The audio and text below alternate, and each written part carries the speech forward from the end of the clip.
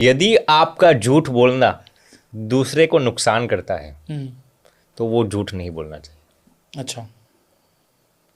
शास्त्रों में कुछ कुछ जगह पर झूठ बोलने का परमिशन दिया गया है, लेकिन वो झूठ बोलने से या तो किसी को फायदा होना चाहिए, किसी को माने जिसके साथ झूठ, जैसे कि शास्त्रों में एग्जाम्पल दिया गया है कि मान लीजिए कि आप रास्ते में जा रहे हैं और कसाई लोग आ रहे हैं जो स्लॉटर हाउस के लोग हैं, वो कहते हैं कि आपने यहाँ पर गाय को जाती हुई देखी है, तो वहां पर झूठ बोल दिया कि नहीं देखी, तो गाय के प्राण बच गए। हाँ जी। तो वहां पर झूठ बोलना भी पुण्य माना गया है क्योंकि आपने किसी की रक्षा की है। ओके। वैसे ही बिजनेस में यदि आपके झूठ बोलने से दूसरे को धोखा मिलता है, दूसरे के साथ चीटिंग होती है, तो ऐसा झूठ नहीं बोलना चाहिए।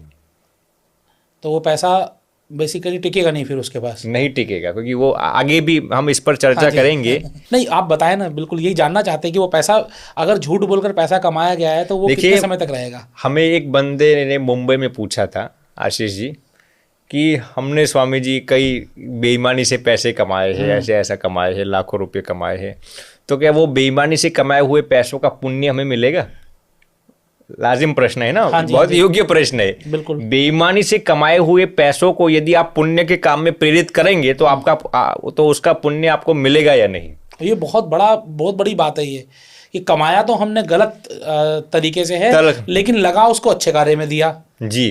तो अब उसका किसी को ये प्रश्न, भैया आपने तो अब किसी को चीटिंग करके पैसे कमा लिए हैं, तो उसका पुण्य मिलेगा या नहीं? पहले तो उन्होंने हमें ये प्रश्न पूछा क्या उसका हम दान दे सकते हैं या नहीं। मैंने कहा आप जरूर दे सकते हैं, लेकिन कान खोल कर सुन लेना, बेईमानी से कमाए हुए पैसे को, चीटिंग से कमाए हुए पैसों को किसी के साथ धोखाधड़ी करने के साथ, किसी के साथ जालसाजी करने के बाद कमाए हुए पैसों को यदि तुम पुण्य के काम में प्रेरित करोगे तो पुण्य तुम्हें नहीं मिलेगा। पुण्य इसी को मिलेगा जिसके साथ तुमने बेईमानी करके, चीटिंग करके पैसे कमाए हैं, क्योंकि इनिशियली पैसे तो उसी के थे ना। उस कन खजूरे ने नोच कर उस पैसों को पुण्य के काम में प्रेरित किए, जैसे रॉबिन हुड जो भी हो। लेकिन यदि बेईमानी से कमाए हुए पैसों को आप पुण्य के काम में प्रेरित करेंगे ना, तो जिसके साथ आपने बेईमानी की है ना, पुण्य उसी को मिलेगा। मतलब कोई डाकू है, उसने लूटा लोगों को और उसके बाद गरीबों में बांट दिया वो धन, तो कोई गलत नहीं है। हाँ। लेकिन पुण्य तो जिसका पैसा आपने लूटा है उसी को मिला है। बिल्कुल सही बात है।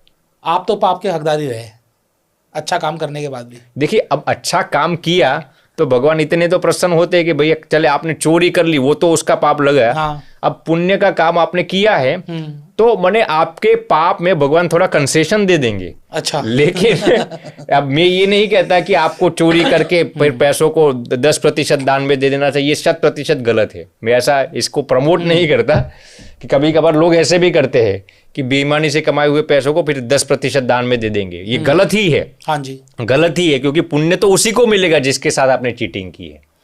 तो ऐसा भी नहीं करना चाहिए। आप ईमानदारी से कमाए हुए पैसों को पुण्य के काम में प्रेरित कीजिए ना। देखिए, आपने जो प्रश्न पूछा था स्पिरिचुअली कैसे रिच बने, हाँ जी, इसका एक उपाय ये भी है। देखिए आशीष भैया, इसमें होता क्या है, इंसान जब ईमानदारी से पैसा कमाना चाहता है ना, तो पैसे आने में देर जरूर लगती है, लेकिन वो पैसे लंबे अरसे तक टिकते हैं। कुछ लोगों के जीवन में आपने ऐसा देखा होगा कि पैसे उनके जीवन में कमा लेते हैं बहुत, लेकिन टिकते नहीं है। बिल्कुल। इसका एक कारण, मैं ये नहीं कहता कि यही कारण है, एक कारण ये है कि इंसान जब बेईमानी से पैसा कमाता है ना, तो वो पैसे जल्दी आ भी जाते हैं। आ भी जाते हैं और चले भी जाते हैं, लेकिन टिकते नहीं है। हाँ बिल्कुल। और ईमानदारी से कमाए हुए पैसों को आने में देर जरूर लगती है, लेकिन वही लंबे अरसे तक टिकते हैं। अच्छा, एक बात और भी है, मैंने कई लोगों को देखा है कि जिन्होंने पैसा बहुत मेहनत करके ईमानदारी से कमाया, लेकिन उसके बावजूद भी उनके पास पैसे टिकते नहीं है। पैसे कमाते हैं, थोड़े समय के लिए पैसे रहते हैं, फिर वही हालत हो जाती है, गरीबी की तरफ चले जाते हैं। तो ऐसा क्यों होता है? देखिए, वो तो हर एक इंसान के माइंडसेट पर निर्भर करता है। अब मान लीजिए आपने ईमानदारी से पैसे कमाए, लेकिन फिर भी टिकते नहीं है। हाँ जी।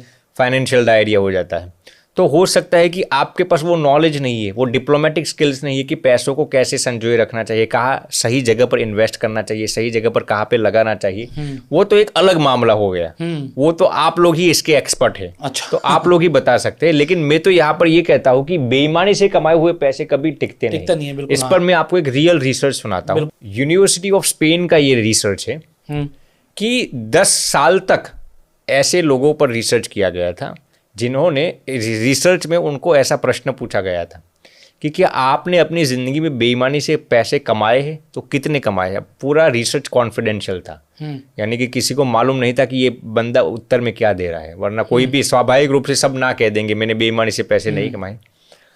तो ऐसे 1000 लोगों को लिया गया आशीष जी, जो बेईमानी से पैसे करंटली कमाते हो, और ऐसे लोगों पर 10 से 12 साल तक ये रिसर्च शुरू रखा गया, 1-2 साल में ख़त्म नहीं हो गया।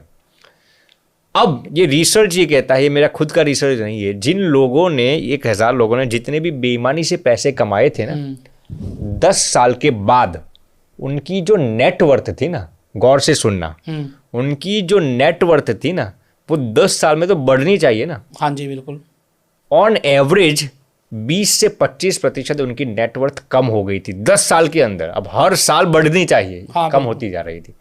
20 से 25% उनकी नेटवर्थ कम हो गई।